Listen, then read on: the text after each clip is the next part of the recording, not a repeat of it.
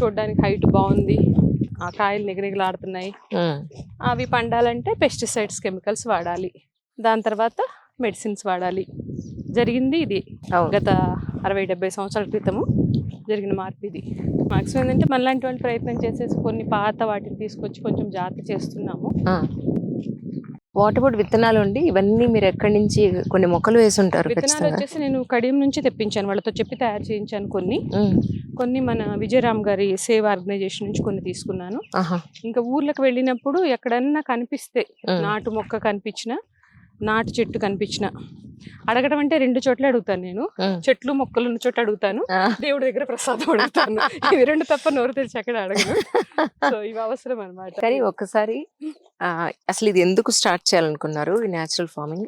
ఎన్నాళ్ళ క్రితం దీన్ని మొదలు పెట్టారు అంటే ఏం చెప్తారు? ఫార్మింగ్ అనేది స్టార్ట్ చేయడము, నేను పిల్లలు 6 అంటే బేసికల్ గా మంది వ్యవసాయ కుటుంబం. మా అమ్మమ్మ వాళ్ళ దగ్గర నేను పెరిగాను, బేసిక్ గా చూస్తూ పెరిగాను. ఇవన్నీ కూడా నాన్న వాళ్ళు, అమ్మమ్మ వాళ్ళు, మామయ్యలు అంతా కూడా వ్యవసాయ కుటుంబం.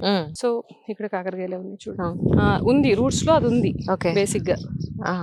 కానీ పిల్లలు కొంచెము పెరిగిన తర్వాత ఇప్పుడు సాఫ్ట్వేర్ ఇంజనీర్లు అవ్వలేము, ఇంకేది అవ్వలేము, కాబట్టి ఏం చేద్దామని ఆలోచన ఒకటి వచ్చినప్పుడు వ్యవసాయం చేద్దాము, భూమి ఒకటి తీసుకొని.